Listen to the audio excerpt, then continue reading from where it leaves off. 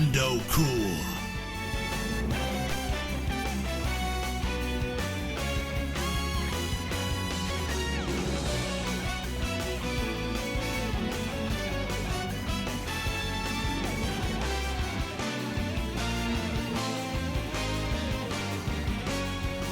It seems like for every one really good game release, one manages to come through the publisher's hands as a failure.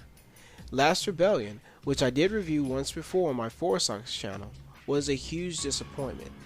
I hated this game then, and I hate this game even now. And to be honest, I was going to pass up on re-reviewing this game. However, I felt that my last review on this game was not up to par in comparisons to my current reviews on this channel that I've made. So with that said, I do hope to refine my previous opinions on the game with a more descriptive approach on the overall story and gameplay of Last Rebellion. In a strange way, Last Rebellion's story approaches the idea of one man, one woman's spirit sharing one body. And in a sense, it's a bit odd. However, once the plot of the story unveils how all this came about, everything else thereafter is sadly anticlimactic. What honestly makes this much worse are the characters themselves, Aisha and Nine. Man, even the names chosen for this game is odd. Nine is, in my opinion, very annoying. He complains about his dad not being a good father figure, which I find honestly true for the simple fact that his father in the very beginning of the story murders him. When you realize why it happened, you will understand why Nine has such hate in my book. Nine in the story is a blade user. Blade users were the only ones on the planet Genoble that were capable of destroying dead creatures that came back to life.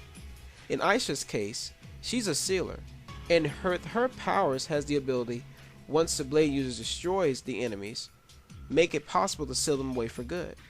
Now this is where I really get annoyed. Where are the other characters in the story? There are in total maybe 6 more characters you will encounter in the game. That's really about it. You will for the most part see only Aisha and Nine.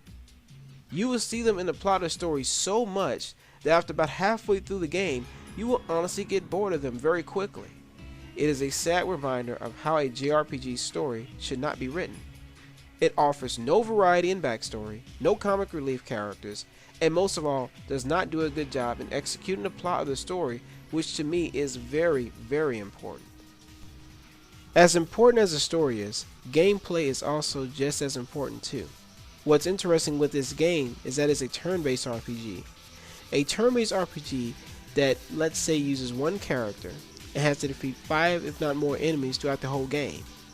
And this is a turn-based game. To be honest with you guys, it just doesn't work. Especially because you have to swap between Aisha and Nine so much. Nine's case, he defeats the enemies. Aisha's case, she seals them away. And that is pretty much what you will be doing for the entire game.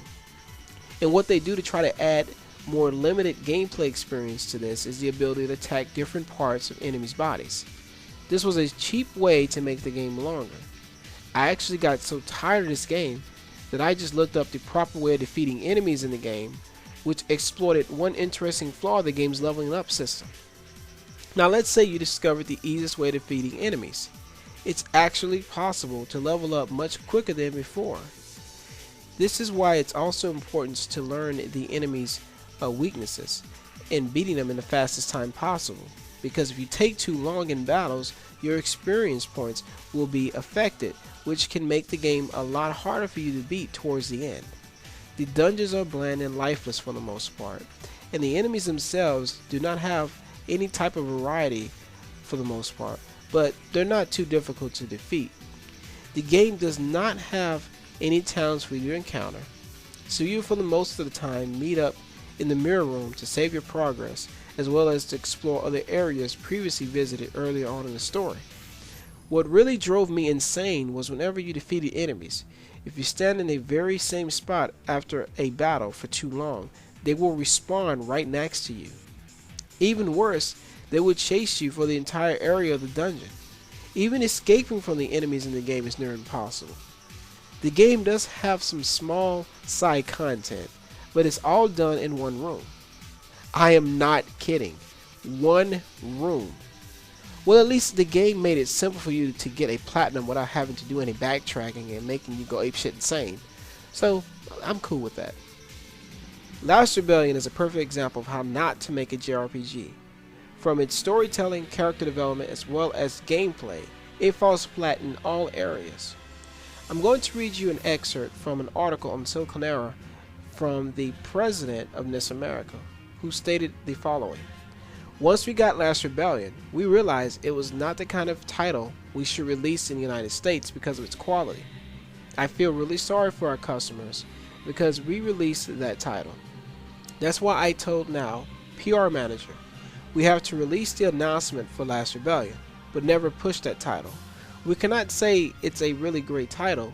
We felt really sorry, but we had no choice to release that. From now on, even though we fund a title, we would not release it if the quality is not good enough. And even from the president's voice on how he felt about this game was not very positive. Even the company themselves apologized to all the consumers out there who purchased Last Rebellion that they would never release a title like this over here in the West. Last Rebellion just falls flat on its face.